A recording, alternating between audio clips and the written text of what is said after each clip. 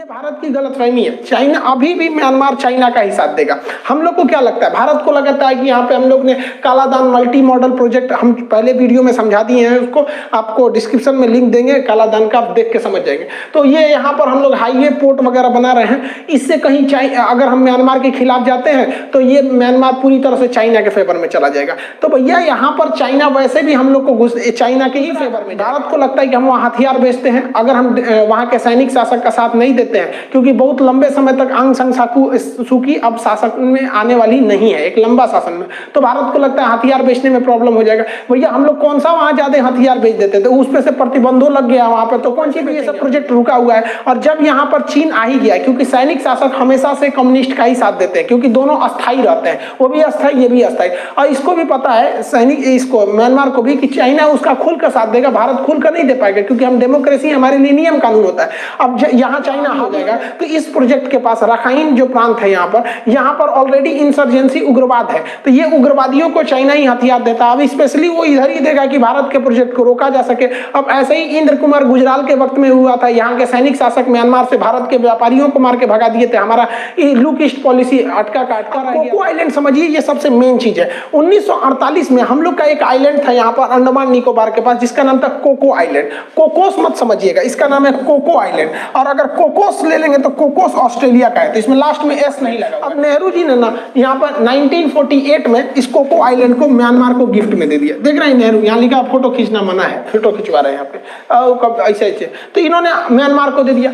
अब भाई ना ही यहाँ पर पूरी तरह से संसद की वो प्रक्रिया अपनाई गई ना कुछ, अब वो छोटा सा आइलैंड था म्यांमार को दे दिया गया। अब म्यांमार का हरामीपन देखिए, वो 90 के दशक में इस कोको आइलैंड को क्या किया उसने, चाइना को दे दिया। अब चाइना इस कोको आइलैंड के पास ना एयर स्ट्रिप बना रहा है, यहाँ देखिए हल्का सा, ये एयर स्ट्रिप बनाकर, और सेना यहाँ पर वो लीज पे लिया है, खरीदा नहीं है, भाड़े पे लिया है, लीज पे लिया है। अब आपको ही पता है चाइना लीज पे लेता है, तो चाइना और अमेरिका रूस कोई चीज को लीज पे ले लेंगे तो छुड़वा पाएंगे, नहीं छुड़वा पाते हैं। अब वो यहाँ पे अपना इंफ्रास्ट्रक्चर डेवलप कर रहा द्वीप है, वहाँ साइंटिस्ट मिसाइलों का परीक्षण करते हैं। जैसे साइंटिस्ट पहली बार परीक्षण करेंगे तब ना बताएंगे कि सक्सेस है कि नहीं, तब आर्मी को दिया जाएगा, वो ले जाएगी चांदीपुर, वहाँ पे उसका पोखरण वगैरह ले जाएगी, कि पहले आर्मी को दे देंगे, लीजिए मारिए, धाए दे मारा से जो कहीं और उड़ जाएगा, यहाँ से रडार के माध्यम से यहाँ नजर रख लेगा।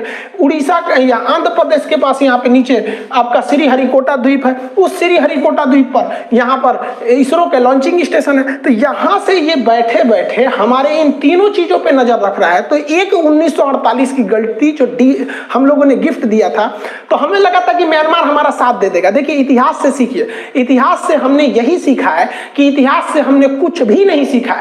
तो हम लोग म्यांमार को खुश करने के लिए दिए, लेकिन म्यांमार में जब सेना आई तो वही सेना इसको भाड़े पे दे दी, किसको, चाइना को।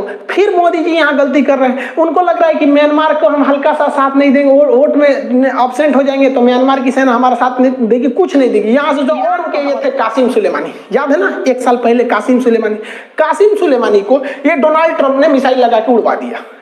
अब ईरान उतना पावरफुल देश है, म्यांमार की तुलना में बहुत पावरफुल देश है, उसकी इकोनॉमी, जीडीपी, आर्मी, नेवी हर डेवलप है। क्या कर लिए ये हसन रूहानी, क्या कर लिए, चिल्ला के रह गए, बदला लेंगे, बदला कहाँ बदला लेंगे, उछल गया उपकलवा, जो बाइडन आ गए। अभी लोग अमेरिका के पीछे पीछे लग रहे हैं, हाँ अब इजराइल इनको धमका रहे हैं, कुछ हुआ, कुछ नहीं हुआ, मार दिया वहां पे। दुनिया पूछी कहाँ मारा, कहाँ मारा, तो कर आतंकवाद फैला रहा था। तो भैया हमारे पास भी सिंपल सा रास्ता है, ये वाला एरिया रखाइन प्रांत है, यहाँ से बहुत सारे उग्रवादी भारत में घुसते हैं, और ये हमारा पूर्वोत्तर आज से 20 साल पहले इतना अशांत था इस म्यांमार की वजह से, तो हमारे पास भी बहाना है, मार मिसाइल धाए उड़ जाएगा, ये चश्मा वाला काम खत्म यहाँ पर। अब जब उड़ गया तो ऑटोमेटिक सरकार में आ जाएगी। बहुत ज्यादा क्या होगा इससे कि भाई जनता तो इसकी खुदे इसको भगाना चाह रही है, क्योंकि जनता की सड़कों पर टैंक घूम रहे हैं, जनता खुद इनको लाना चाह रही है। जनता का मुंह नहीं है, जिस तरह से हम अपनी सेना का इज्जत करते हैं वहां इज्जत नहीं हो रहा है। सबसे बड़ी बाधा बनेगा चाइना।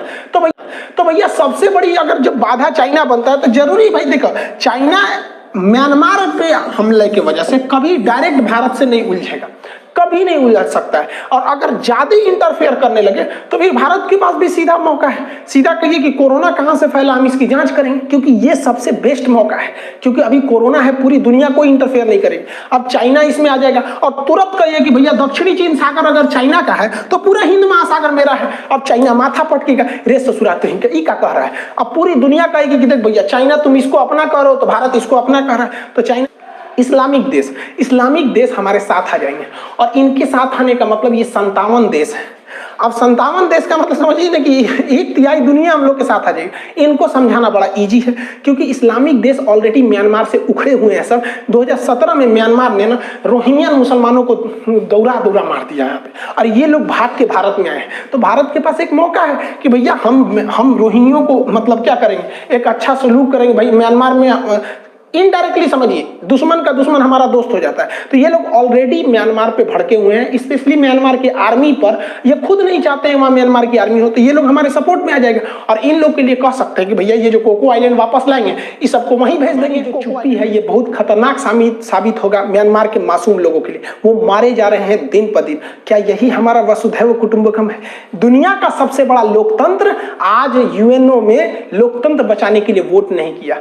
अब बताइए क्या फायदा हम लोग को दुनिया के सबसे बड़ा लोकतंत्र रहते हुए? हमें लोकतंत्र के लिए लड़ना पड़ेगा। और मोदी जी, हम आपसे कह रहे हैं, नेहरू जी से जो गलती हुई आप तो सुधार सकते हैं। जब सोने को जंग लग जाए तो आदमी लोहा से क्या उम्मीद रखेगा? आप दिखाइए पराक्रम 1971 वाला, जो हम लोग ने 71 वाली लड़ाई किए थे इंदिरा गांधी के समय, आयरन लेडी कहलाई थी इंदिरा गांधी। वो हमारा शौर्य एक बार देखना चाहिए कि नहीं देखना चाहिए?